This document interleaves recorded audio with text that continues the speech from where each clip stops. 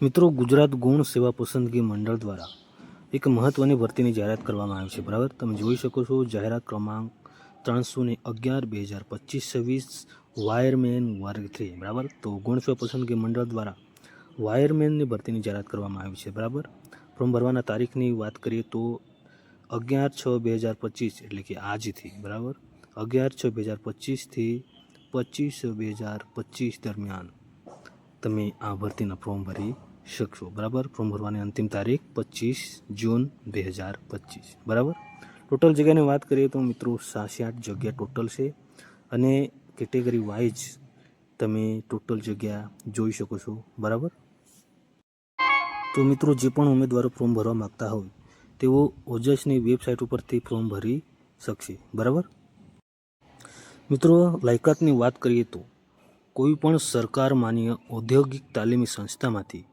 ઓછામાં ઓછા 2 વર્ષનો વાયરમેન અથવા ઇલેક્ટ્રિશિયનનો અનુભવ ધરાવતા હોવો જોઈએ. 2 વર્ષનો કોર્સ કરેલો હોવો જોઈએ. બરાબર, અને સાથે ઇલેક્ટ્રિશિયન અથવા વાયરમેનનો પ્રમાણપત્ર ધરાવતા હોવા જોઈએ. સાથે મિત્રો હિન્દી અથવા ગુજરાતી અથવા બંને લેંગ્વેજનો અનુભવ ધરાવતા હોવા જોઈએ. બરાબર મિત્રો, ઉંમર મર્યાદાની વાત કરીએ તો અરજી કરવાની છેલ્લી તારીખ ઉમેદવારની ઉંમર 18 વર્ષથી ઓછી નહીં અને 33 વર્ષથી વધુ હોવી જોઈએ નહીં. પરંતુ અનામત કેટેગરીના ઉમેદવારો માટે ઉંમર મર્યાદામાં છૂટછાટ મળવાપાત્ર રહેશે. બરાબર, તમે જોઈ શકો છો સામાન્ય કેટેગરીના મહિલા ઉમેદવારોને 5 વર્ષની છૂટછાટ, અનામત કેટેગરીના પુરુષ ઉમેદવારો માટે 5 વર્ષ. આમ મિત્રો અલગ અલગ કેટેગરી વાઇઝ વય મર્યાદામાં જે છે છૂટછાટ મળવાપાત્ર રહેશે. તમે ધ્યાનથી જોઈ લેજો. અનામત કેટેગરીના મહિલા ઉમેદવારોનું 5+5 = 10 વર્ષની છૂટછાટ મળવાપાત્ર રહેશે. સામાન્ય કેટેગરીના દિવ્યાંગ ધરાવતા પુરુષ ઉમેદવારોને 10 વર્ષની છૂટછાટ, સામાન્ય કેટેગરીના દિવ્યાંગતા ધરાવતા મહિલા ઉમેદવારોને 10+5 એટલે કે 15 વર્ષ.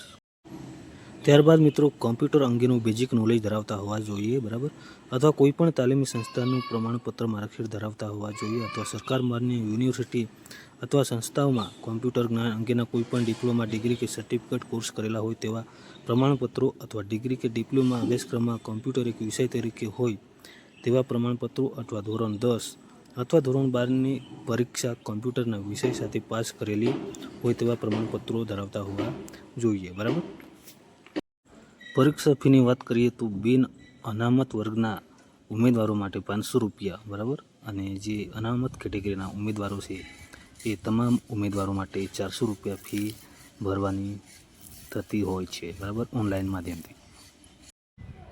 પરીક્ષા પદ્ધતિની વાત કરીએ તો મિત્રો પાર્ટ એ જે છે 60 ગુણનું. બરાબર, એનું સિલેબસ રહેશે. તાર્કિક કસોટીઓ અને ડેટા ઇન્ટરપ્રેશન 30 માર્ક અને ગાણિતિક કસોટીઓ 30 માર્ક. આમ 60 ગુણનું પાર્ટ એ અને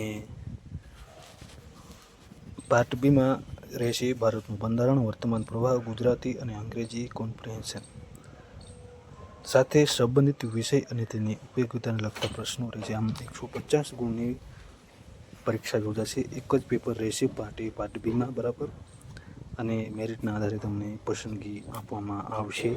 આ હતી મિત્રો વાયરમેન અંગેની માહિતી. તો આશા કરું માહિતી ગમી હોય. માહિતી ગમી તો લાઈક કરજો, શેર કરજો.